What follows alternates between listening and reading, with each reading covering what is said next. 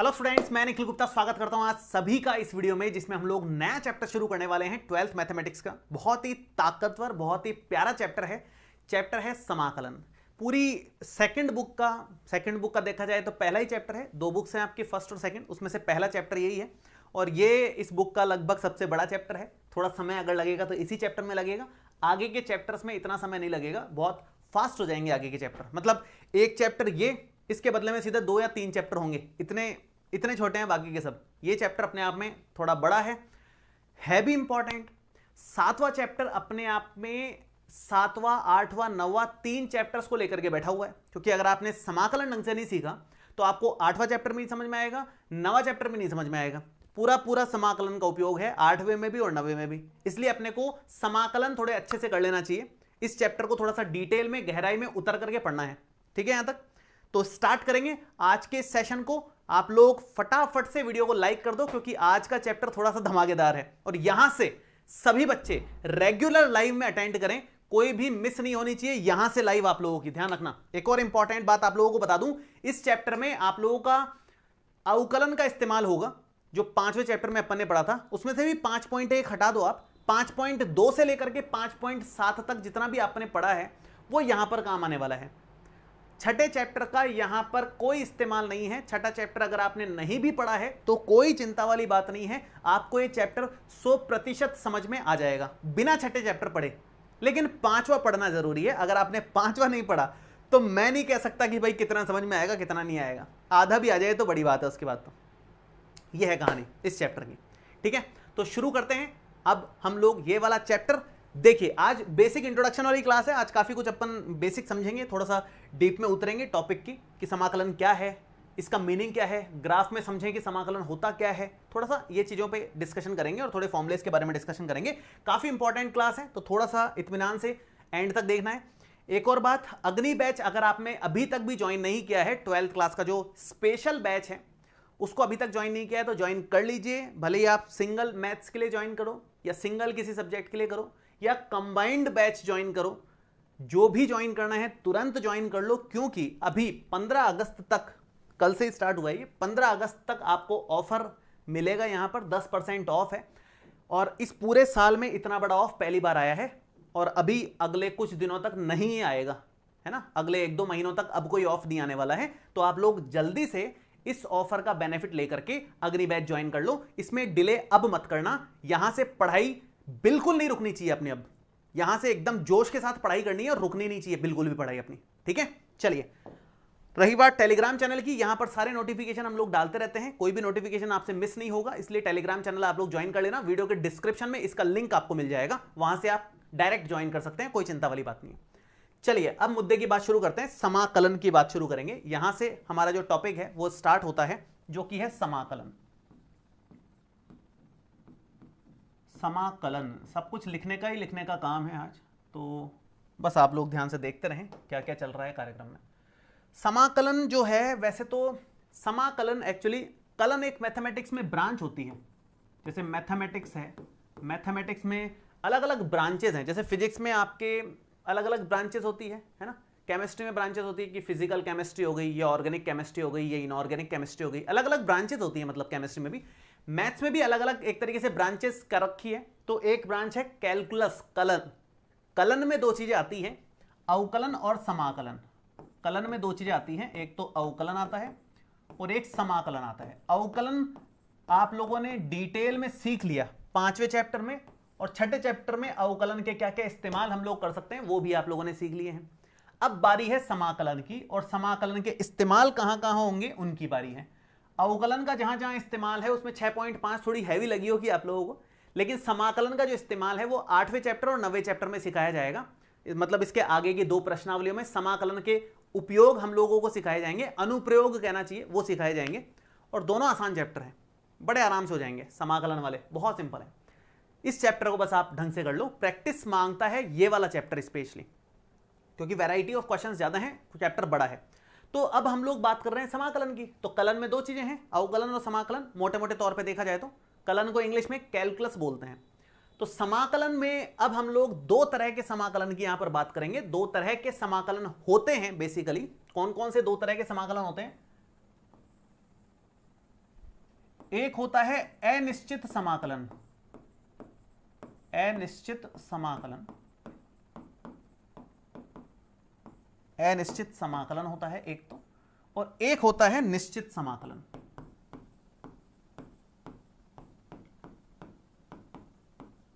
अनिश्चित समाकलन हम लोग 7.1 प्रश्नावली से लेकर के 7.7 में पढ़ने वाले हैं, और जो निश्चित समाकलन है ये हम लोग 7.8 से लेकर के 7.11 में पढ़ने वाले हैं। टोटल 11 प्रश्नावलियां हैं इसके अंदर। हालांकि इसमें से 7.8 जो है वो ज्यादातर बोर्ड्स में काट दी गई है, तो 7.8 से हालांकि प्रश्न बनते नहीं है। ज्यादा चिंता वाली बात नहीं, 7.8 वैसे भी बहुत छोटी सी थी, 5 ही क्वेश्चन थे इसमें, तो ज्यादा खुश होने की जरूरत नहीं है। कुछ कटा नहीं है इस चैप्टर में से विशेष, है ना। जो कटा है उसमें 6 ही क्वेश्चन थे, 5 नहीं 6 थे शायद, 6 क्वेश्चन है 7.8 में, वो काटी है उन्होंने, तो कोई बहुत तोप नहीं मारी है। लगभग सारा चैप्टर सिलेबस में है अभी भी, है ना। तो 7.1 से 7.7 में तो अनिश्चित समाकलन, फिर अनिश्चित समाकलन जब हमें आ जाएगा तो हम निश्चित समाकलन पढ़ पाएंगे ढंग से, उसके बाद हम लोगों को ये अच्छे से समझ में आएगा इनका यूज क्या क्या होता है। इसका यूज मेनली हम लोग कहां करते हैं, यदि फलन का, यदि f डैश x दिया हो, यदि f डैश x दिया हो तो fx ज्ञात करते हैं, fx ज्ञात करने में हम लोग इसका उपयोग करते हैं। क्या, अगर किसी फलन का डिफरेंशियल दे रखा है कि भाई ये f डैश x है, आपको बोल दिया कि f डैश x का मान आपका 3x स्क्वायर प्लस 5 है। अब बताओ ओरिजिनल फंक्शन क्या था, fx क्या था। अभी तक 5वें में तो क्या सीखा है आपने चैप्टर में, 5वें चैप्टर में आपने सीखा है कि fx दे रखा है, उससे f डैश x कैसे निकालें।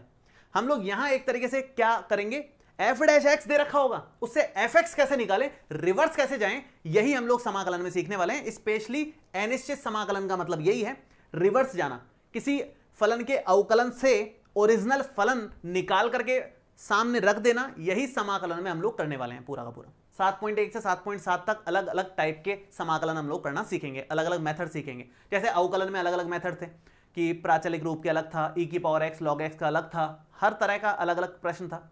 तो उसी तरह से समाकलन में भी अलग अलग वैरायटी अवेलेबल है। समाकलन में ज़्यादा वैरायटीज होती हैं एक्चुअल में, तो थोड़ा सा बड़ा टॉपिक रहता है ये। निश्चित समाकलन में हम लोग क्या सीखने वाले हैं, या निश्चित समाकलन का उपयोग कहाँ करते हैं हम लोग। निश्चित समाकलन का उपयोग क्षेत्रफल निकालने में उपयोग करते हैं हम लोग, क्षेत्रफल ज्ञात करने में, क्षेत्रफल ज्ञात करने में उपयोग में लिया जाता है।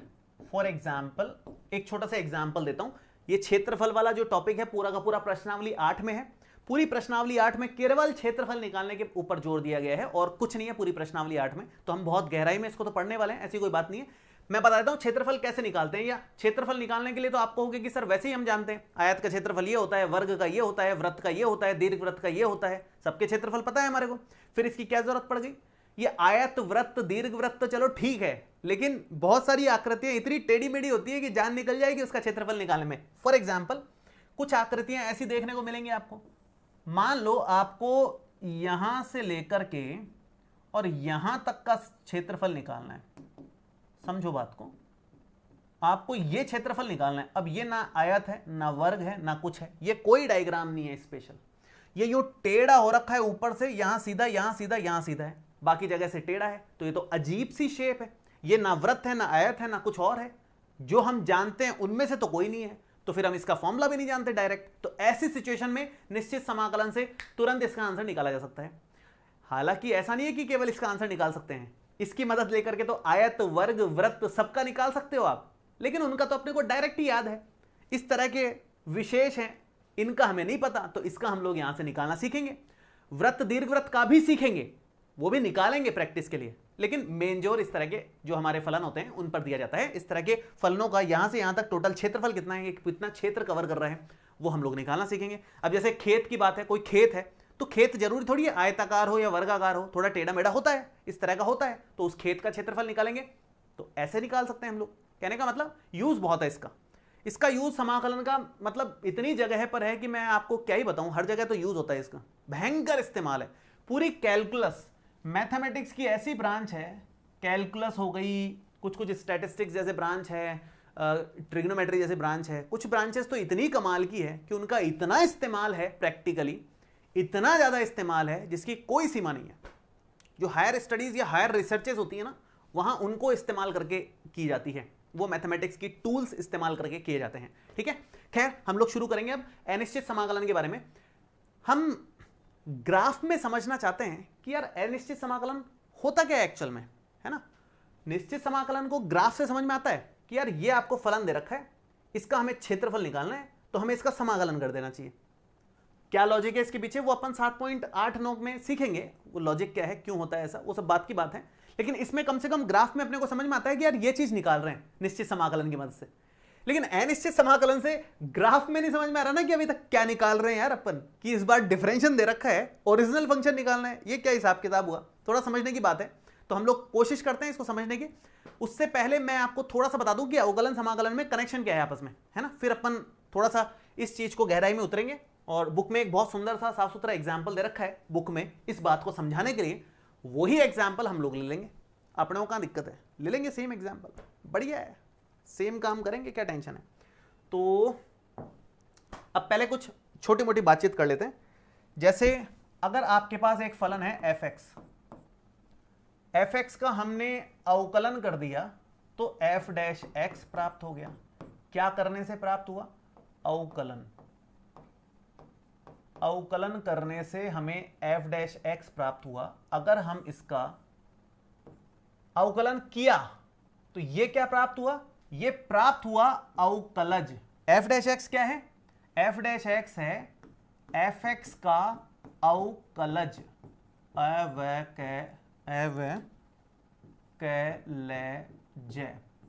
ये f'(x) जो है इस f(x) का अवकलज है, और ये जो प्रोसेस है अवकलन कर मतलब अवकलज प्राप्त करने का, उसे हम अवकलन कहते हैं। प्रक्रिया जो है उसे अवकलन कहते हैं। अब f'(x) से जो हम वापस से पहुंच जाएं f(x) में, इस बार मान लो f'(x) दे रखा है, उससे हम लोग f(x) निकालें तो इसको बोलते हैं समाकलन। समाकलन प्रक्रिया का नाम भी है, और ये जो प्राप्त हुआ है ये समाकलन ही प्राप्त हुआ है एक तरीके से। ये आप इसको ऐसे कह सकते हैं कि ये f'(x) का समाकलन है। जैसे ये f(x) का अवकलज है, वैसे ये f'(x) का समाकलन प्राप्त हुआ है हमारे को। समाकल्य या समाकलन जो भी है, समाकल्य भी कह सकते हो। तो ये है कहानी। तो अवकलन का रिवर्स एक तरीके से समाकलन होता है, और कुछ विशेष बात नहीं है। आप समाकलन को प्रति अवकलज भी कह सकते हो। f'(x) का प्रति अवकलज है, ये प्रति अवकलज भी कह सकते हो, है ना। समाकलन को प्रति अवकलज भी कहा जाता है, प्रति अवकलज। समाकलन तो आपको जानते हो कि इंटीग्रेशन है, फिजिक्स में भी आपने सीखे हैं, 11th से सीखते आ रहे हो, ऐसी कोई नई बात तो है नहीं, है ना।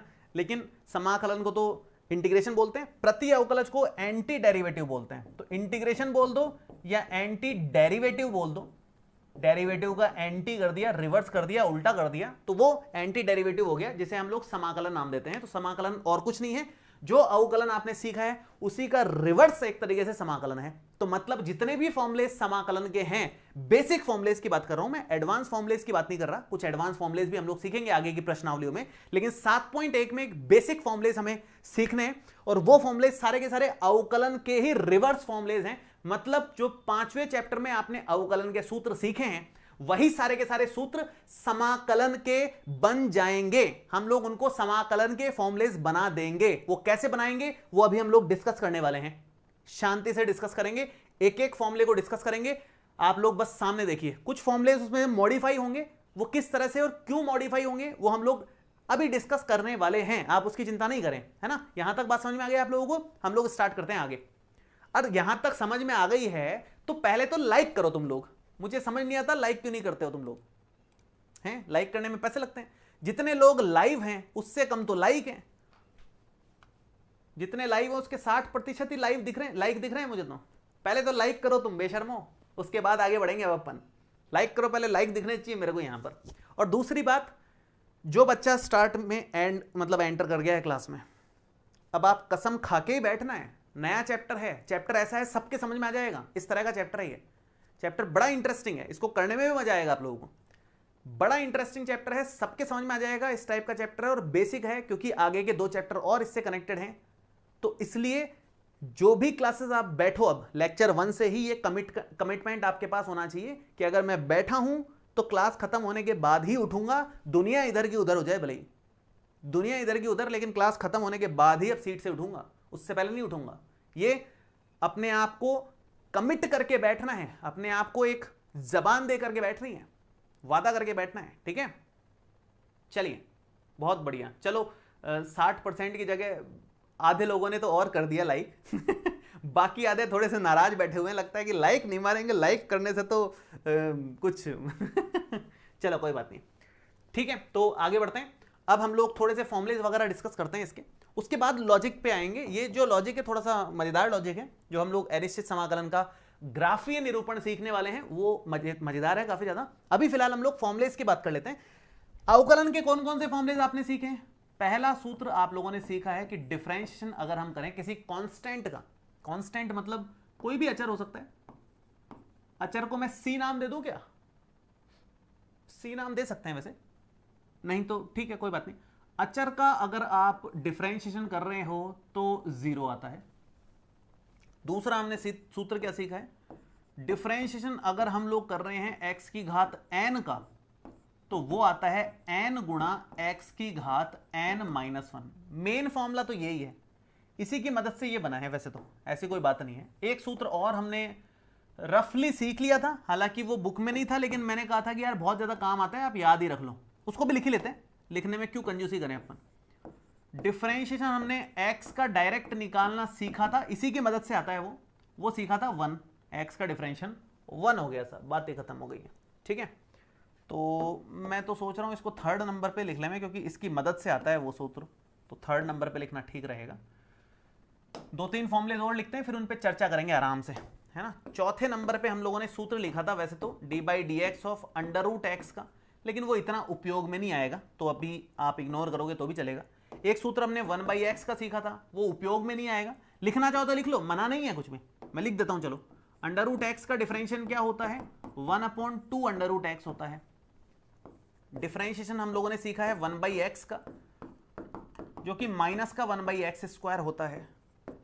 उसके बाद हमने डिफरेंशिएशन सीखा है e की पावर x का, e की पावर x का डिफरेंशिएशन e की पावर x ही होता है।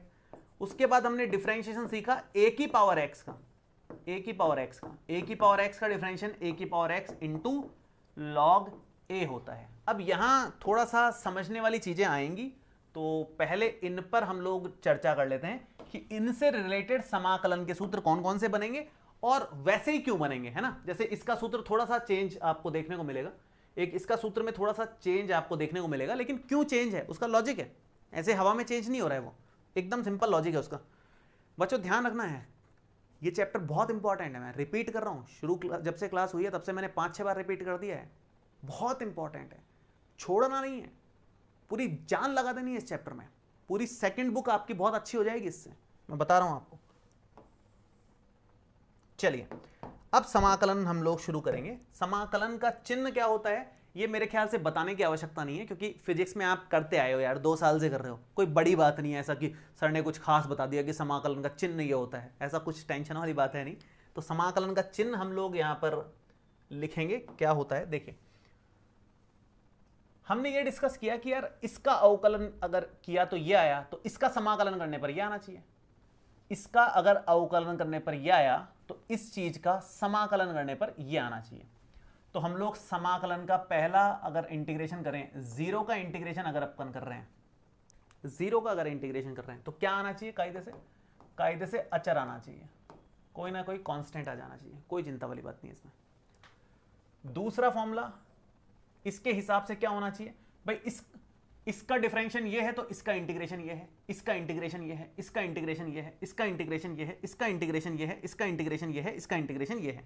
पहले इतना लिखता हूं मैं, फिर उसको और एक्सप्लेन करूंगा। अभी ध्यान से देखते हैं, केवल देखते रहना है, ज्यादा दिमाग अभी दौड़ाना नहीं है। ये आता है सर हमारे को, ये नहीं आता है हमारे को, ये सब दिमाग नहीं लगाना। अभी एक छोटी सी चीज तो मैं बता ही देता हूं आपको, वैसे जब भी आप किसी का इंटीग्रेशन करेंगे, जैसे किसी फलन का इंटीग्रेशन करेंगे तो डिफरेंशिएशन जिसके सापेक्ष करते हैं उसको ऐसे लिखते हैं ना, d/dx ऑफ fx अवकलन करते हैं फलन fx का तो ऐसे लिखा जाता है, x के सापेक्ष अवकलन है तो dx को डिवाइड में लिया जाता है, अगर x के सापेक्ष समाकलन है तो dx को ऊपर लिया जाता है मल्टीप्लाई में, और ये वाला चिन्ह लगाया जाता है। यहां d का मतलब डिफरेंशिएशन है, यहां इस साइन का मतलब डिफरेंशिएशन इंटीग्रेशन होता है। तो इंटीग्रेशन माने ये वाला चिन्ह किसके सापेक्ष कर रहे हो, ये रहा। आप इसको लिख ही लो, ऐसा करो, मैं यहां लिख भी देता हूं इस चीज को, fx का इंटीग्रेशन कर रहे हैं x के सापेक्ष। तो आप इसका मतलब क्या होता है, इसका मतलब होता है x के सापेक्ष fx का समाकलन। फलन कुछ भी हो सकता है, मैं fx भी आप कंफ्यूज हो जाओ उसकी जगह मैं gx लिख देता हूं। यहां पर यहां एक फलन है मान लो gx जिसका मैं समाकलन करना चाह रहा हूं, तो वो x के सापेक्ष हो रहा है क्योंकि यहां मैंने ऑपरेटर x ही लगाया है। ठीक है, यहां तक बहुत बेसिक सी चीज लिखी है, मतलब ये तो सब आती है आप लोगों को। ये इसलिए लिखिए ताकि यहां आपको टेंशन ना रहे। तो हम इसका इंटीग्रेशन करना चाह रहे हैं तो किसके सापेक्ष, x के सापेक्ष, इसलिए यहां dx लगाया। ये बता रहा है किसके सापेक्ष इंटीग्रेशन हो रहा है। क्या आंसर आ रहा है, x की पावर n। कोई टेंशन नहीं है, अभी लिखो केवल, अभी मैं इसको चेंज करूंगा थोड़ा सा। थर्ड नंबर देखिए जरा, 1 का इंटीग्रेशन क्या हो जाएगा, 1 का इंटीग्रेशन हो जाएगा x के बराबर। फोर्थ हम लोग देख लेते हैं, इंटीग्रेशन अगर हम करेंगे 1/2 रूट x का, 1/2 रूट x dx का इंटीग्रेशन अगर आप करोगे तो क्या आ जाएगा, सिंपल में रूट x आ जाएगा। नेक्स्ट जो इसके हिसाब से देखेंगे तो इंटीग्रेशन करना है माइनस का 1/x² dx का, तो क्या रिजल्ट आएगा, 1/x आ जाएगा। और नेक्स्ट हम लोग अगर बात करें कि e की पावर x का ये होता है, तो e की पावर x का ही इंटीग्रेशन अगर हम करें तो क्या आ जाएगा, e की पावर x का डिफरेंशियल जब इंटीग्रेशन ये होता है तो इसका इंटीग्रेशन ये, तो दोनों सेम ही है। डिफरेंशियल करो या इंटीग्रेशन करो e की पावर x का, तो e की पावर x ही आता है। लास्ट इस पेज का लास्ट, अभी तो बहुत फॉर्मूलेज हैं, इसका डिफरेंशियल ये है तो इसका इंटीग्रेशन अगर हम करेंगे a की power x into log a का, तो वो क्या आने वाला है, वो a की पावर x आ जाएगा।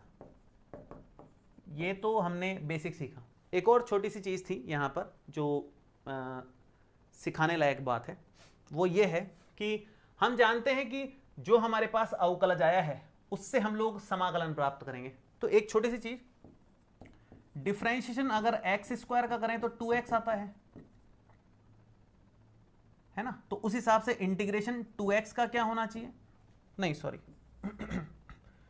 डिफरेंशिएशन अगर x² प्लस 1 का करें तो क्या आएगा, तो भी 2x ही आएगा।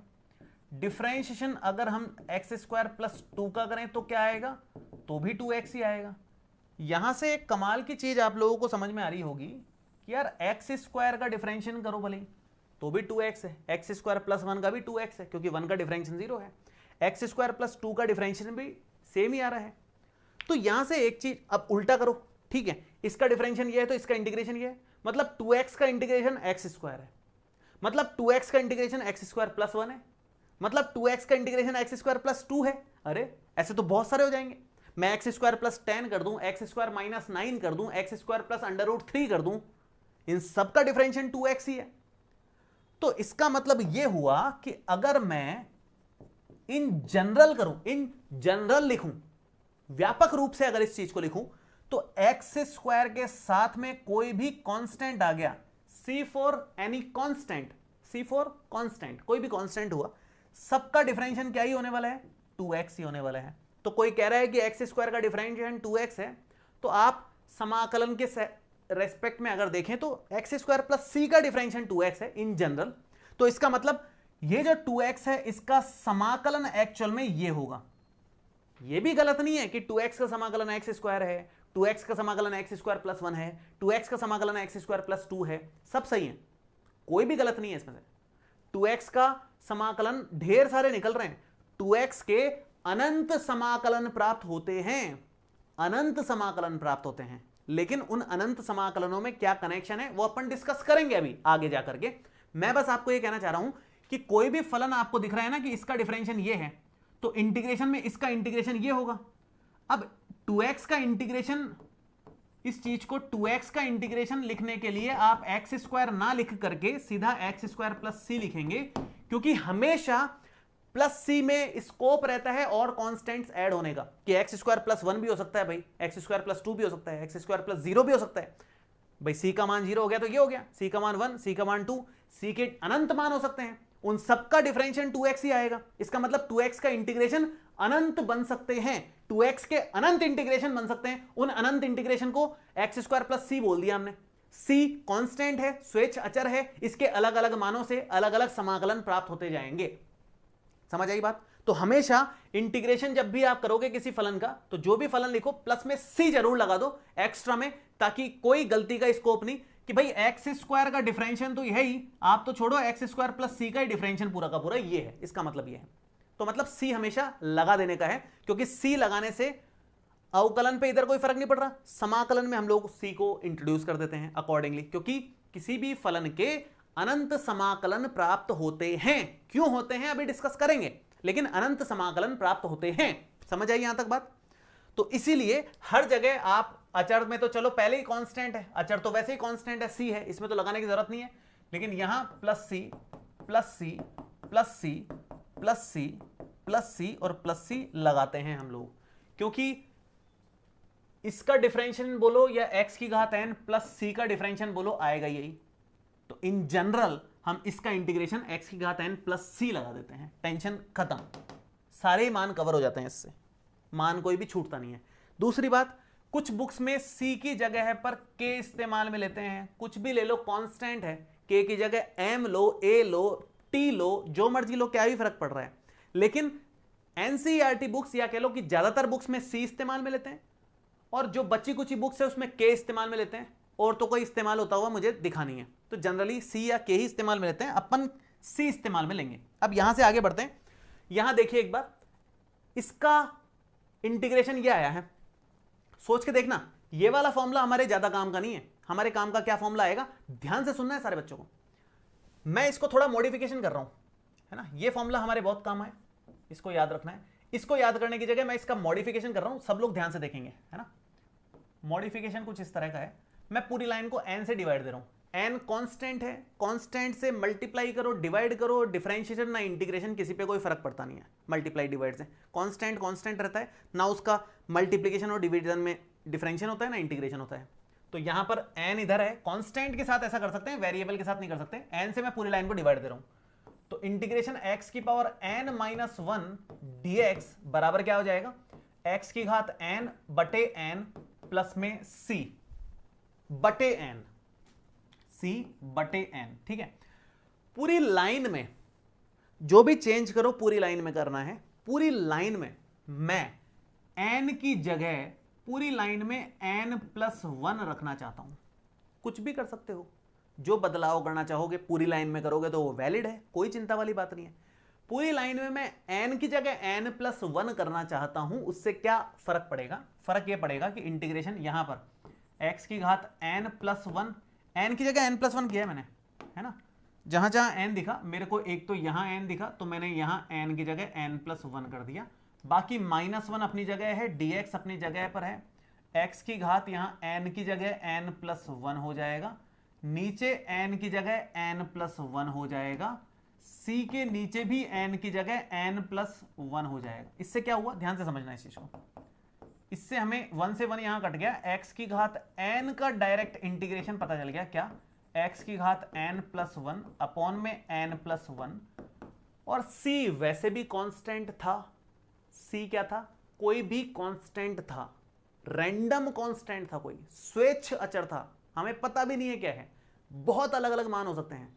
जब c स्वेच्छ अचर है, रैंडम कोई कांस्टेंट हमने c को बोला है, तो भाई c बटे n प्लस 1 भी तो कांस्टेंट ही है ना, है तो मोटा मोटा कांस्टेंट ही ना।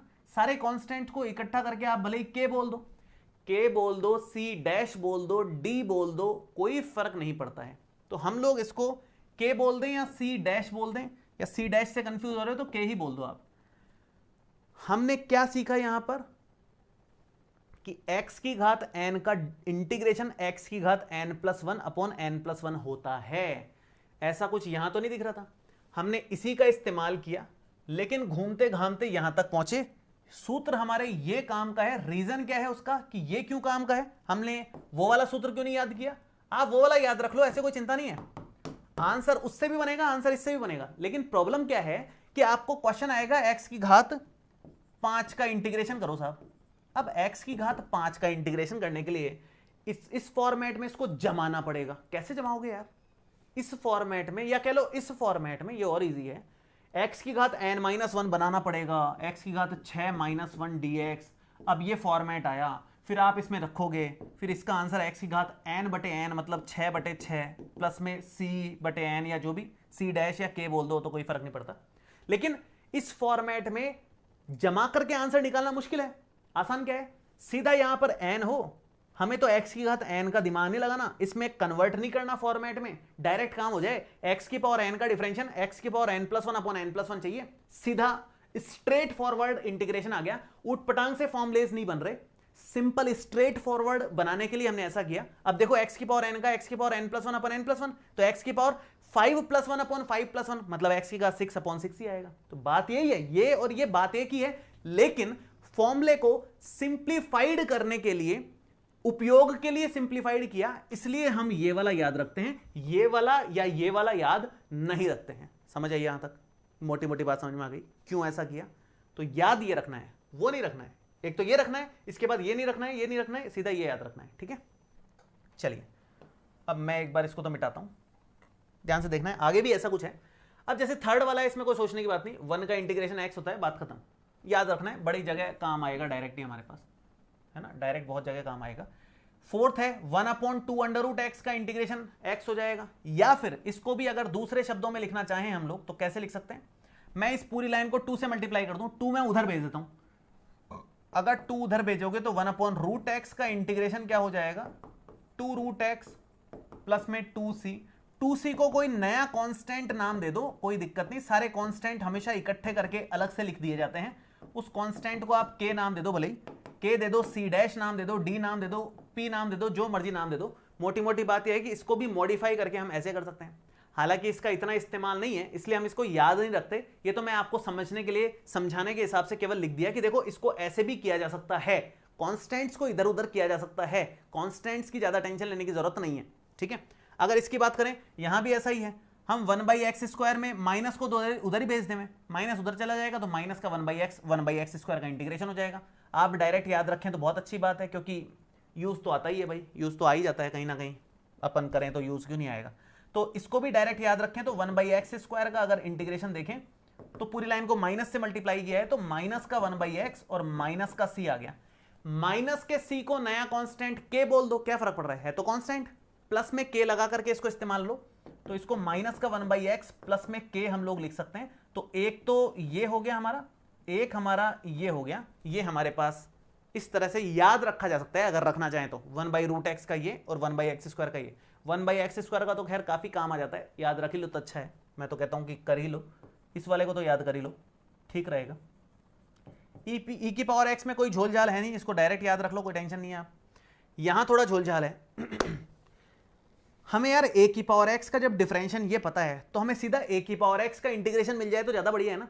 हम क्यों इतना दिमाग लगाएं कि a की पावर x के साथ log a होना चाहिए साहब, फिर उसका इंटीग्रेशन a की पावर x आएगा। बेहतर ये है जब a की पावर x का साफ सुथरा डिफरेंशियल आपको पता है तो a की पावर x का साफ सुथरा इंटीग्रेशन पता होना चाहिए। उसके लिए हम एक छोटा सा यहां पर छेड़छाड़ कर सकते हैं। वो छेड़छाड़ क्या? वो छेड़छाड़ ये हो सकती है, अगर हम करना चाहें तो छेड़छाड़ बस इतनी है कि इस log a को, क्योंकि ये कांस्टेंट है, इसे डिवाइड में ले जाओ तो क्या बन जाएगा, a की पावर x dx, सिर्फ a की पावर x यहां रह जाएगा, जिसका इंटीग्रेशन क्या आएगा, a की पावर x अपॉन में log a प्लस में c अपॉन में log a। पूरा का पूरा log a कांस्टेंट है, कोई टेंशन नहीं, c के डिवाइड में नया कांस्टेंट है, सारे कांस्टेंट मिला करके 400-500 कांस्टेंट मिला लो आप, तो उसको k नाम दे दो, बातें खत्म हो गई। तो फाइनल यहां पर क्या बन जाएगा, a की पावर x अपॉन में log a प्लस में k। प्लस में k मैं लिख रहा हूं, वैसे बुक्स में c ही लिखा हुआ रहता है, क्योंकि इतना मॉडिफाई करके थोड़ी दिखाएंगे वो तो डायरेक्ट फॉर्मूला लिखा हुआ है कि a की पावर x dx का इंटीग्रेशन a की power x upon log a plus c ही लिख दिया। वो ऐसा नहीं है कि यहां से कन्वर्ट करके लिखा है, आप उसको कांस्टेंट को ज्यादा टेंशन मत लेना कि यार c लिखा है, यहां तो k लिखा है, यहां तो d लिखा है। कांस्टेंट है, ज्यादा इज्जत नहीं है उसकी इंटीग्रेशन में ना डिफरेंशिएशन में, तो उसको सिंपल रहने दो, ज्यादा दिमाग नहीं लगाना। ठीक है यहां तक? शुभम बेटा c अभी तो कुछ रखने की जरूरत नहीं है, सी की जगह सी ही रहेगा, क्योंकि व्यापक हल हम देते हैं, उसका व्यापक आंसर लिखते हैं। और सी का मीनिंग क्या है अभी समझ आएगा, आगे मैं सिखाऊंगा आपको, उसकी आप चिंता नहीं करें। ठीक है, अभी फॉर्मुलेस डिस्कस कर रहे हैं। तो यहां तक हमने टोटल 7 सूत्र डिस्कस किए हैं। मेरे ख्याल से आपको समझ आ गया होगा कौन से 7 सूत्र। पहला सूत्र हमने डिस्कस किया कि जीरो का इंटीग्रेशन कोई कांस्टेंट सी आ जाएगा, अचर बोल दो या सी बोल दो सिंपल में। इसको तो ऐसे याद रखने की जगह ऐसे याद रखेंगे कि x की पावर n का जब डिफरेंशियल डायरेक्ट याद रखा है तो इंटीग्रेशन का डायरेक्ट सूत्र होना चाहिए। तो x की पावर n का सूत्र होता है इंटीग्रेशन का x की पावर n+1 अपॉन n+1। 1 का इंटीग्रेशन x होता है, ये याद नहीं रखोगे तो चलेगा, इसमें भी याद नहीं रखोगे तो चलेगा, और रख लोगे तो अच्छी बात है। 1/x² का इंटीग्रेशन माइनस का 1/x होता है, प्लस में c के जो लगाना है लगा देना। e की पावर x का e की पावर x होता है। a की पावर x के लिए ये याद रखना है, a की पावर x का होता है a की power x upon log a। यहां होता था a की power x into log a, यहां होता है a की power x upon log a। ठीक है, आगे बढ़ते हैं। 7 सूत्र हो गए, 7 के बाद 8वें सूत्र पर आते हैं जो log का है सूत्र। 8वां जो डिफरेंशिएशन का सूत्र हम लोगों ने सीखा हुआ है वो है log x। log x का डिफरेंशिएशन होता है 1/x। एक्चुअली x जो है वो नेगेटिव हो नहीं सकता, तो यहां पर x एक्चुअल में होता है ग्रेटर देन 0, है ना। log के अंदर कभी भी नेगेटिव वैल्यू नहीं आ सकती ना 0 आ सकती है, तो x हमेशा 0 से बड़ा ही होता है इस वाले फॉर्मूले में, बाय डिफॉल्ट होता है। तो 8वां ये सूत्र था। कुछ ट्रिग्नोमेट्री के सूत्र थे वो भी लिख देता हूं मैं। 9वां था, मान लो d/dx ऑफ sin x का डिफरेंशिएशन हमने क्या सीखा है, वो हमने सीखा है cos x होता है। d/dx ऑफ cos x का डिफरेंशिएशन हम लोगों ने क्या सीखा है, माइनस का sin x होता है। डिफरेंशिएशन हम लोगों ने क्या सीखा है, tan x का होता है sec square x differentiation. Differentiation आप लोगों ने cot x का क्या सीखा है बच्चों, माइनस का cosec स्क्वायर x आप लोगों ने इसका डिफरेंशिएशन सीखा है। अभी देखना इन सबके इंटीग्रेशन बनाएंगे अपन, अभी इन सबके इंटीग्रेशन के फॉर्मुलेस बनाएंगे तो वो ध्यान भी रखने होंगे अपने को। 13th नंबर है डिफरेंशिएशन ऑफ sec x क्या होगा, sec x का डिफरेंशिएशन होता है sec x into tan x। ठीक है, और लास्ट मतलब इसका लास्ट, बाकी और बनाते रहेंगे बाद में, अभी अगले पेज पे। ये हो गया cosec x का इंटीग्रेशन। अगर हम देखें तो माइनस का cosec x cot x होता है। ठीक है, ये तो रही बात डिफरेंशिएशन की। बात हम लोग डिफरेंशिएशन के साथ में करेंगे अब इंटीग्रेशन की, कि मसला इंटीग्रेशन का कैसे चलेगा, इसमें क्या रहेगा तामझाम इंटीग्रेशन में। तो ठीक है, हम लोग एक यहाँ पर साफ सुथरी लाइन ड्रॉ कर देते हैं और उस तरफ हम लोग इसी के इंटीग्रेशन की बात करते हैं। तो अगर इसका डिफरेंशिएशन ये है तो इसका इंटीग्रेशन ये है, सिंपल है, इसमें कुछ हेर फेर करने की आवश्यकता नहीं है। 8वां सूत्र तो सिंपल ही चलेगा। 1/x का इंटीग्रेशन कहीं पर करने को आ जाए तो आप log x लिखेंगे प्लस में c। एक छोटी सी चीज यहाँ पर, या तो आप साइड में लिख दो कि यार x जो है वो 0 से बड़ा होना चाहिए, या फिर बेहतर है अपनी बुक्स में ऐसा किया हुआ है यहां मॉड लगा दिया ताकि रिस्क ही खत्म हो जाए कि भाई log के अंदर जो है पॉजिटिव ही रहेगा, मॉड लगा दिया, बातें खत्म कर लो। वो सिर्फ इसलिए लगाया है क्योंकि log के अंदर नेगेटिव वैल्यूज के लिए log डिफाइंड ही नहीं है, इसलिए यहां पर मॉड लगा दिया जाता है। बाकी कोई इसमें टेंशन वाली बात नहीं है, नहीं भी लगाओगे, x अगर पॉजिटिव है और यहां पर मॉड नहीं भी लगाया तो कोई टेंशन नहीं है, कोई टेंशन नहीं है, लेकिन लगा देंगे तो ठीक रहेगा। अपने एक फॉर्मेट बना हुआ है, उस फॉर्मेट के हिसाब से अपन चल रहे हैं। सिर्फ इस लॉजिक से लगाया हुआ है, log के अंदर नेगेटिव डिफाइंड नहीं होता है इसलिए मॉड लगाते हैं, बाकी कोई हिसाब किताब नहीं है इसका और कोई लॉजिक नहीं है। 9th नंबर देखिए, sin x का डिफरेंशिएशन अगर cos x है तो भाई cos x का इंटीग्रेशन इस बार sin x होगा, प्लस c तो हम लगाते हैं सबके।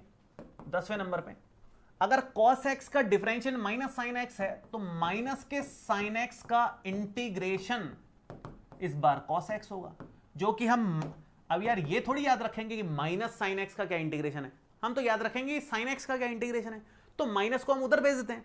तो ये फॉर्मूला याद रखने की जगह हम इसको थोड़ा सा चेंज कर लेते हैं, हम इसको लिखेंगे कि sin x का जो इंटीग्रेशन है वो बेसिकली होगा cos x माइनस का cos x, सॉरी पूरी लाइन को माइनस से मल्टीप्लाई किया और माइनस का c, और इसको भी थोड़ा सा सिस्टमेटिक अगर याद रखें तो हम इसको ऐसे याद रख सकते हैं कि sin x का इंटीग्रेशन जो है वो माइनस का cos x प्लस में k कह लो या प्लस में c बोल दो, कोई चिंता नहीं है, वो c ही लिखा हुआ रहता है। वो तो k मैं इसलिए कह रहा हूं कि आपको लगेगा यार माइनस c को c कैसे लिख दिया, तो उसको k बोल दो। कांस्टेंट से नहीं है टेंशन, मान के चलना, एंड तक टेंशन लेने की जरूरत नहीं है। कांस्टेंट कांस्टेंट होता है, इकट्ठा करके एक कांस्टेंट बोल दिया करो। यहां c+5 लिखा हुआ होता तो भी मैं इसको लास्ट में k बोल देता कि माइनस का c+5 k हो गया, बात खत्म। सारे कांस्टेंट इकट्ठे, एक नया कांस्टेंट, टेंशन खत्म।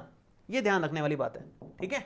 चलिए अब यहां पर 11वां सूत्र जो है वो ये है कि tan x का डिफरेंशियल अगर ये है तो इसका इंटीग्रेशन tan x है, तो integration of sec square x dx जो है वो tan x हो जाएगा, tan x प्लस c। ये स्ट्रेट फॉरवर्ड है, इसमें कोई चिंता करने की जरूरत नहीं है। तो यहां पर जो सूत्र याद रखने का है वो तो ये है, वो नहीं है याद हम लोग ये रखेंगे। माइनस साइन एक्स का क्यों याद रखेंगे भाई, हम तो साइन एक्स का याद रखेंगे। हम क्यों फालतू कॉम्प्लिकेटेड करेंगे चीज को, हम तो माइनस साइन एक्स की जगह साइन एक्स का याद रखेंगे। माइनस क्यों याद रखेंगे, कॉट एक्स का माइनस कोसेक स्क्वायर एक्स है, तो इसका मतलब हो गया कि माइनस का कोसेक स्क्वायर एक्स डीएक्स का इंटीग्रेशन क्या होगा, इसका वो हो जाएगा कॉट एक्स प्लस सी। लेकिन फिर वही समस्या, माइनस क्यों याद रखें अपन, हम तो याद रखेंगे कि कोसेक स्क्वायर एक्स का इंटीग्रेशन क्या है, माइनस को उधर भेजते हुए याद रखेंगे।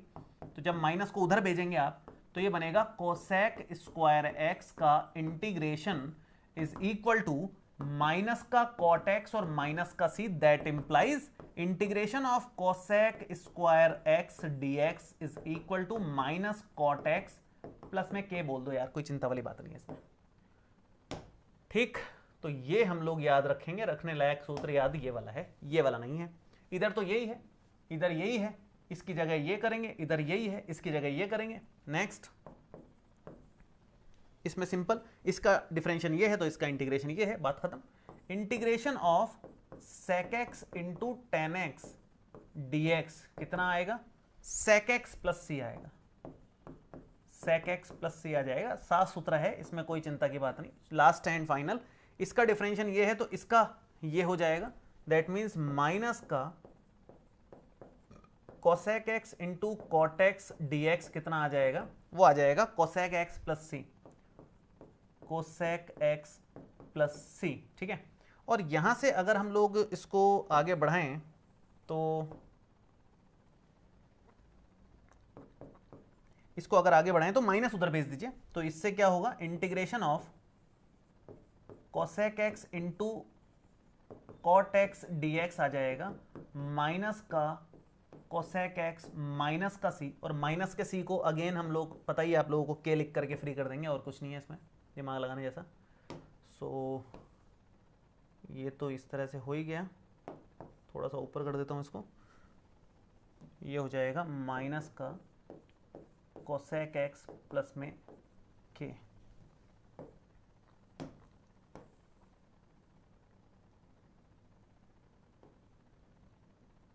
ये हमारा बन गया है जो भी है तामझाम पूरा का पूरा। होपफुली यहाँ तक आप लोगों को समझ में आ गया होगा, मेरे ख्याल से यहाँ तक कोई दिक्कत होनी नहीं चाहिए फिलहाल तो। आप लोगों को, आप लोग नोट कर लीजिए, और फिर हम लोग आगे के 2-4 और सूत्र हैं वो भी एक बार देख करके फ्री करते हैं सारे के सारे फॉर्मूलेस। तो इसमें भी आपको ये याद रखने की जगह ये याद रख लेने का है ना। यहाँ तो चलो यही याद रखना है, यहाँ माइनस वाले की जगह हमने अलग से 3 निकाल दिए हैं, माइनस वाले जितने भी थे उनको चेंज करके हल्के से 3 अलग से निकाल दिए हमने। क्लियर है यहाँ तक?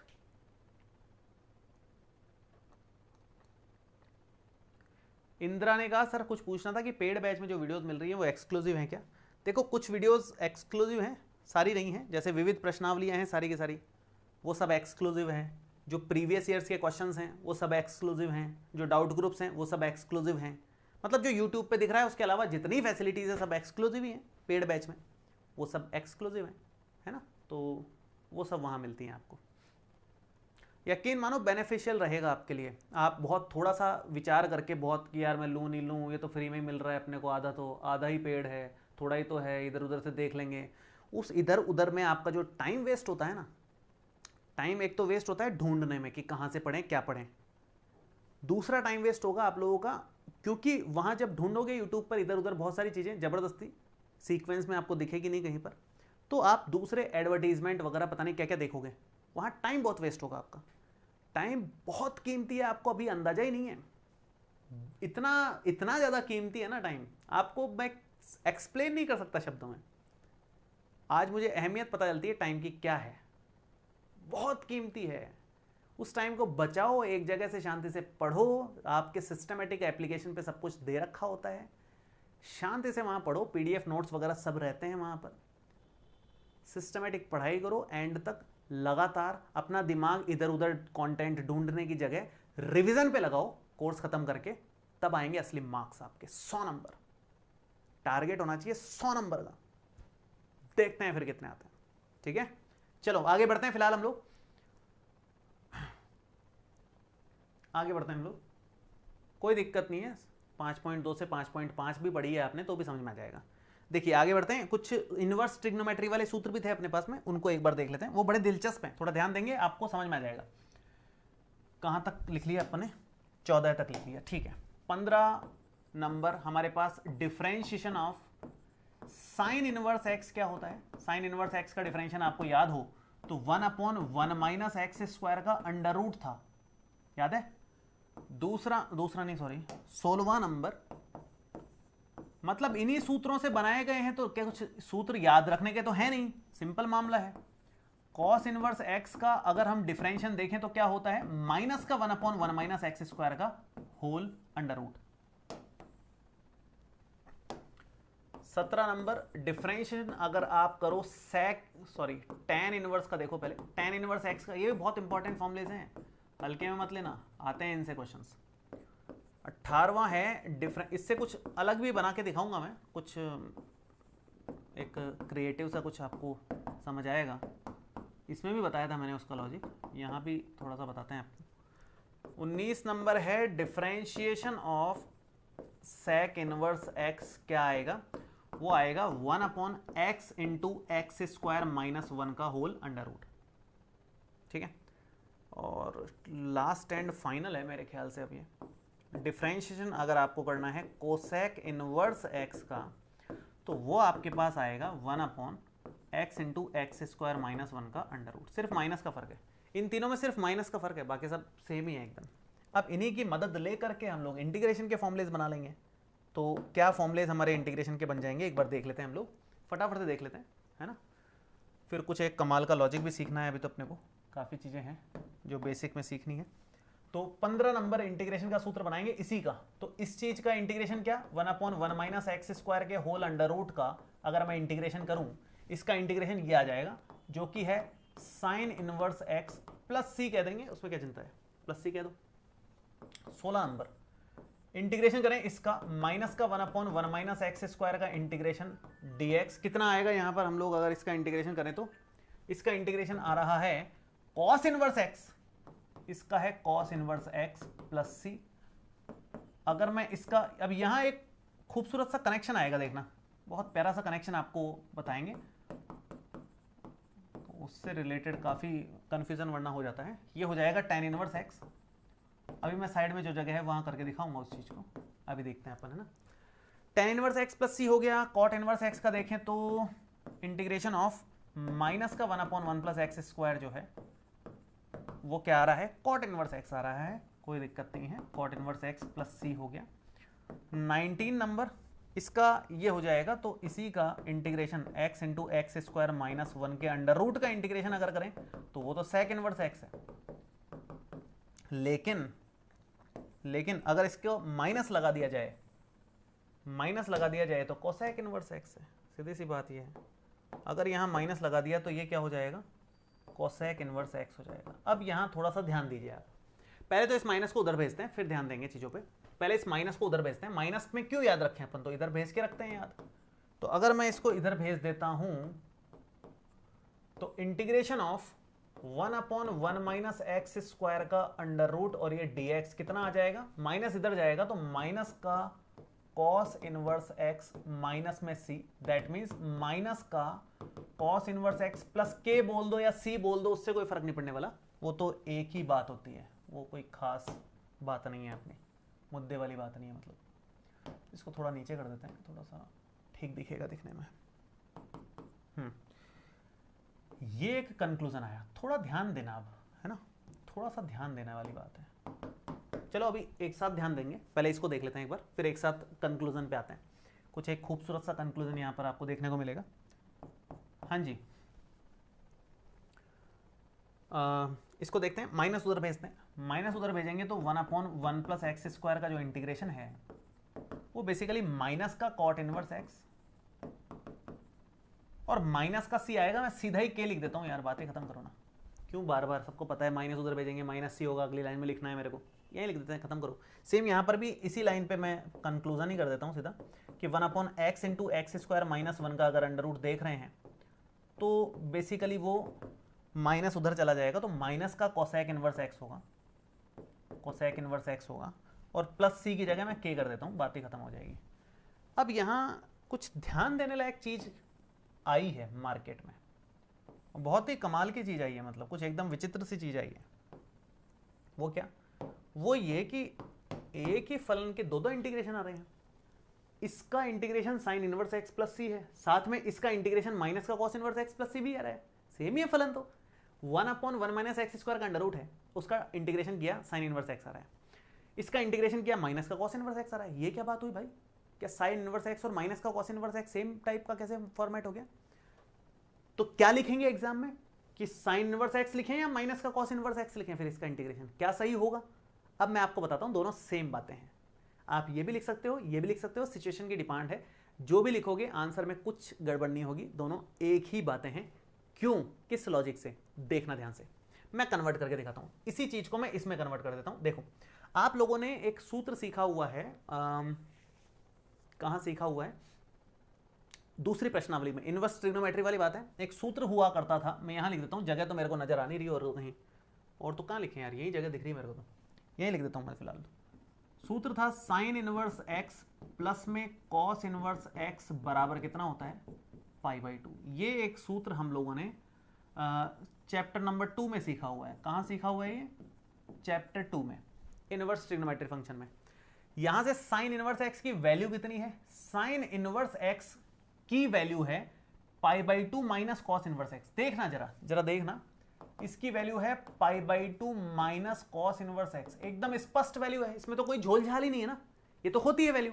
ये तो हमने सीखा है कि साइन इनवर्स एक्स को π/2 माइनस कॉस इनवर्स एक्स लिख ही सकते हैं, उसमें क्या टेंशन है? प्लस में सी लगा दो, कोई टेंशन नहीं। अब ध्यान से देखो क्या बन गया, ये बन गया माइनस का कॉस इनवर्स एक्स, प्लस में सी तो है ही है। मैं इस π/2 को लास्ट में लिख देता हूं, कांस्टेंट के साथ में एक और कांस्टेंट आ गया, सारे कांस्टेंट मिलाकर के हम लोग क्या लिखते हैं? के लिख देते हैं। तो ultimately sine inverse x plus C बोलो या माइनस का cos inverse x plus C या के बोलो, एक ही बात है, इंटीग्रेशन के सेंस में एक ही बात है। तो इसका इंटीग्रेशन दो होते हैं, इसी फलन के दो इंटीग्रेशन आप कह सकते हो, साइन इनवर्स एक्स भी है और माइनस का कॉस इनवर्स एक्स भी है। सेम इसका इंटीग्रेशन tan इनवर्स x भी है और इसका इंटीग्रेशन माइनस का cot इनवर्स x भी है। लॉजिक वही है, क्योंकि tan inverse plus cot inverse x भी π/2 के बराबर होता है, उसी लॉजिक से किया है। सेम ऐसे यहां पर इसी सेम फलन का इंटीग्रेशन ये भी हो सकता है और इसी सेम फलन का इंटीग्रेशन माइनस हटा दो, सिंपल सेम ही फलन है, तो इंटीग्रेशन माइनस का कोसेक इनवर्स x भी होता है। लॉजिक भी सेम है, sec inverse x plus cosec inverse x वही π/2 के बराबर होता है, अगर आपको याद हो तो इनके इसके दो इंटीग्रेशन है, दोनों सेम हैं अलग नहीं है। तो इंटीग्रेशन में ऐसा बोला जाता है, डिफरेंशियल में तो ऐसा नहीं सुना होगा आप लोगों ने, लेकिन इंटीग्रेशन में ऐसा बोला जाता है कि यार दो अलग अलग बच्चे सॉल्व कर रहे हैं तो हो सकता है दोनों का अलग अलग आंसर आ जाए, और उसका रीजन यही होता है, आंसर किसी का ये आएगा, किसी का आंसर ये आएगा, अरे दोनों सेम ही है, नंबर दोनों को पूरे मिलेंगे, टेंशन की क्या बात है? दोनों सेम बातें हैं, एक प्रतिशत का फर्क नहीं है, एकदम सेम बातें हैं, ठीक है। तो इंटीग्रेशन में दो अलग अलग बच्चों के अलग अलग आंसर कभी कभी इस कारण से भी आते हैं, और भी कुछ रीजंस हैं, वो इस कांस्टेंट से रिलेटेड रीजंस होते हैं, वो मैं आपको बताऊंगा जब इस तरह के समस्याएं सामने आएंगी जिसमें अलग आंसर आने की संभावना रहेगी, मैं आपको पूरा बताऊंगा। मैं यहां पर इंटीग्रेशन में एक एक क्वेश्चन को तीन तरीकों से करने का तीन तरीकों से करके दिखाऊंगा आपको। कई क्वेश्चन ऐसे होंगे, दो तरीके वाले तो पता नहीं कितने होंगे, कुछ क्वेश्चन होंगे जिनको तीन तरीकों से किया जा सकता है। मैं सारे तरीके बताऊंगा आपको, ताकि दिमाग पूरा खुल जाए। आपके पास चॉइस होनी चाहिए ना यार, आपको आए तीनों। मजे की बात तो यह है कि हमें क्वेश्चन सामने दिखा, हमें 3 तरीके आते हैं, अब सोचे कि यार कौन से करूं, आते तो मेरे को तीनों हैं ये एग्जाम में सिचुएशन होनी चाहिए, आपकी प्रैक्टिस ऐसी होनी चाहिए कि इस क्वेश्चन सामने आ गया, ये क्वेश्चन तो इतना लल्लू है, 3 तरीके आते हैं मेरे को, कौन सा लिखूं यार। कंफ्यूजन इसमें नहीं हो कि सवाल आता है कि नहीं आता है, कंफ्यूजन इसमें हो कि मेरे को 3 तरीके आते हैं, करूं कौन सा मैं उसमें। ये होनी चाहिए तैयारी का लेवल, तब आएगा असली मजा, और हो जाएगा ये लेवल आपका अगर आप रेगुलर पढ़ाई करोगे, रेगुलर लाइव में आओगे, जो लाइव में पढ़ाया जा रहा है घर पे एक बार शांति से उसको रिवाइज कर लोगे, ये लेवल तक पहुंच जाओगे, इसमें कोई शक वाली बात नहीं है। यहां तक बात समझ में आई क्या? यहां तक किसी को कोई दिक्कत है क्या? तब तो अपन बढ़े हैं आगे और कुछ देखें। यहां तक मेरे ख्याल से कोई दिक्कत होनी नहीं चाहिए जहां तक मैं समझता हूं। चलिए, लर्न तो क्या करना पड़ेगा बेटा आपको? देखो, याद क्यों करना है? थोड़ी प्रैक्टिस करोगे तो याद खुद हो जाएगा। आप सोचो ना, ये किसका डिफरेंशियल था? इसका इंटीग्रेशन याद करना है। याद नहीं करना है कि 1/1 - x² का अंडर रूट ये होता है इसका इंटीग्रेशन, नहीं। आप ये देखो ना, ये किसका इंटीग्रेशन था? साइन इनवर्स x का, तो इसका आंसर साइन इनवर्स x है। ये किसका इंटीग्रेशन था? ये किसका इंटीग्रेशन था? सॉरी, गलत बोल गया मैं, सॉरी। ये किसका डिफरेंशियल था? इसका। ये किसका डिफरेंशियल था? इसका। ये किसका डिफरेंशियल था? इसका। तो उल्टा ही तो है, क्यों नहीं याद आएगा? अगर आपको डिफरेंशियल के फॉर्मूलेज रटे हुए हैं तो याद आ जाएगा। कंफ्यूजन सबसे ज्यादा जो होता है वो यहां होता है, इस पेज पे। सबसे ज्यादा कंफ्यूजन वाला पेज यही है जहां बच्चे कंफ्यूज होते हैं। सबसे ज्यादा कंफ्यूजन होता है इन दो में, कि cos x का इंटीग्रेशन sin x होता है और sin x का इंटीग्रेशन माइनस cos x होता है, जो इधर से उल्टा है। यहां sin का डिफरेंशियल प्लस का cos x है, यहां sin का इंटीग्रेशन माइनस का cos x है, यहां cos का डिफरेंशिएशन माइनस sin x है, यहां cos का इंटीग्रेशन प्लस का sin x है। सबसे ज्यादा जो गलती होती है ना समाकलन में, वो इन दो फॉर्मूलेज के कंफ्यूजन से होती है। भूल जाते हैं बच्चे कि कहां प्लस कहां माइनस था। तो ये कंफ्यूजन आपका दूर हो जाएगा अगर आप ये भी ढंग से याद कर लेते हो तो। क्योंकि ये ढंग से याद हो गया तो इसी का उल्टा ये बनाना है, फिर उस समय बना के देख सकते हो इंस्टेंट। हालांकि अपन इतनी प्रैक्टिस करेंगे, क्वेश्चंस इतने सारे हैं 7वें चैप्टर में कि आपको ये कंफ्यूजन रहेगा नहीं। At the end of the day आप ये सोच, मतलब at the end of the chapter आपको ये रट जाएगा कि इसका डिफरेंशियल ये, इंटीग्रेशन ये, तो कंफ्यूजन रहेगा नहीं। शुरुआत में रहता है कंफ्यूजन, शुरुआत में इन्हीं में नहीं और भी फॉर्मुलेज में रहता है। भूल जाते हैं हम कि यार 10x का इंटीग्रेशन ये था, डिफरेंशियल क्या, ये फलाना ढिमका, थोड़ा सा दिमाग ऊपर नीचे हो जाता है। उसका तरीका यही है, शांति से आप शांत दिमाग रख के घर पर प्रैक्टिस करो उनको, क्वेश्चंस को, धीरे धीरे सेटल हो जाएगी वो सब चीज़ें, उसकी चिंता नहीं करनी है। ये कंफ्यूजन ज़्यादा 7.1 तक ही रहेगा, उसके आगे नहीं रहेगा। एक और छोटी सी बात, यहाँ पर आप ऑब्जर्व करोगे हमने cos x का इंटीग्रेशन देख लिया, sin x का देख लिया, लेकिन 10x का तो इंटीग्रेशन का कोई सूत्र नहीं आया। जबकि यहाँ 10x का डिफरेंशिएशन का सूत्र था, लेकिन इंटीग्रेशन का कोई सूत्र बना ही नहीं अभी तक, इनकी मदद से नहीं बन पाया। तो क्या करें? तो बेसिक इंटीग्रेशन के जो सूत्र हैं उनमें 10x का कोई सूत्र नहीं है हमारे पास, cot x का अभी तक कोई सूत्र नहीं है, sec x का इंटीग्रेशन का कोई सूत्र नहीं है, cosec x के इंटीग्रेशन का कोई सूत्र नहीं है, जो बेसिक सूत्र हैं उनमें। लेकिन आगे की प्रश्नावलियों में आप पढ़ोगे 7.2 में ही आ जाएगा ये तो, कि 10x के इंटीग्रेशन का क्या सूत्र है डायरेक्ट, cot x के इंटीग्रेशन को कैसे कर सकते हैं, sec x को कैसे कर सकते हैं, cosec x को कैसे कर सकते हैं।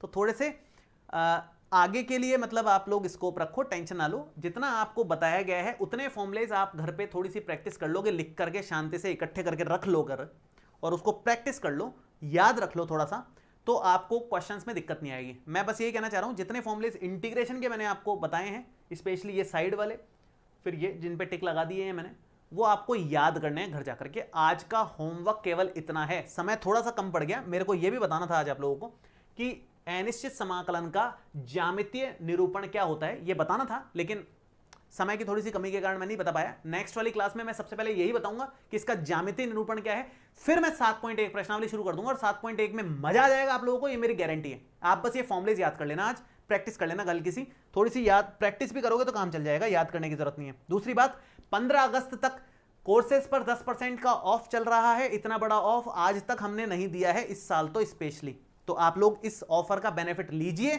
12th क्लास की तैयारी बेहतर तरीके से कीजिए, इसमें कोई लापरवाही करने की जरूरत नहीं है, तैयारी में कोई कमी नहीं छोड़नी है, एक जगह से डट करके तैयारी करनी है। मैं चाहता हूं कि 500 बच्चे कम से कम ऐसे हों लर्निंग शेयर से पढ़े हुए जिनके 100 में से 100 नंबर आए। पिछली बार में लगभग 40-50 बच्चों के आए थे, तो इस बार सीधे 10 गुने का टारगेट रखा है अपन ने, 500 बच्चों के आने चाहिए। देखते हैं कितने बच्चों के आते हैं, मुझे कमेंट करके बताना कि आप लोगों का क्या टारगेट है, मैथ्स में कितने नंबर आप लोग लेके आने चाह रहे हो, और आज से आप लाइव अटेंड करोगे कि नहीं करोगे रेगुलरिटी के साथ में। आज से भी पढ़ करके बहुत ला सकते हो आप। अगली बैच को ज्वाइन करने के लिए आपके पास 2 नंबर हैं, स्क्रीन पे दिख रहे हैं नीचे, आप उन पे फोन करके ज्वाइन कर सकते हो, या एप्लीकेशन से डायरेक्ट ज्वाइन कर लो, वहां पर डिस्काउंट चल ही रहा है। ठीक है, नीचे मुझे कमेंट चाहिए आज की क्लास आप लोगों को कैसी लगी, मजा आया कि नहीं आया। लास्ट ईयर मैंने इतना डिटेल में गहराई में नहीं बताया था, लास्ट ईयर क्या लास्ट टू लास्ट ईयर भी नहीं बताया था, पहली बार इतना गहराई में आप लोगों को ये वाला लेक्चर मैंने दिया है, तो मेरे ख्याल से मजा तो आया होगा। नीचे कमेंट्स सबके चाहिए मुझे, आज भर भर के कमेंट्स चाहिए, फिर अपन कल डबल जोश के साथ शुरू करेंगे। तो भर भर के कमेंट्स नीचे कमेंट सेक्शन में आज चेक करूंगा रात को सोने से पहले, all the best, bye bye, see you. जिसने लाइक नहीं किया लाइक कर दो और कमेंट सारे बच्चे करके जाना।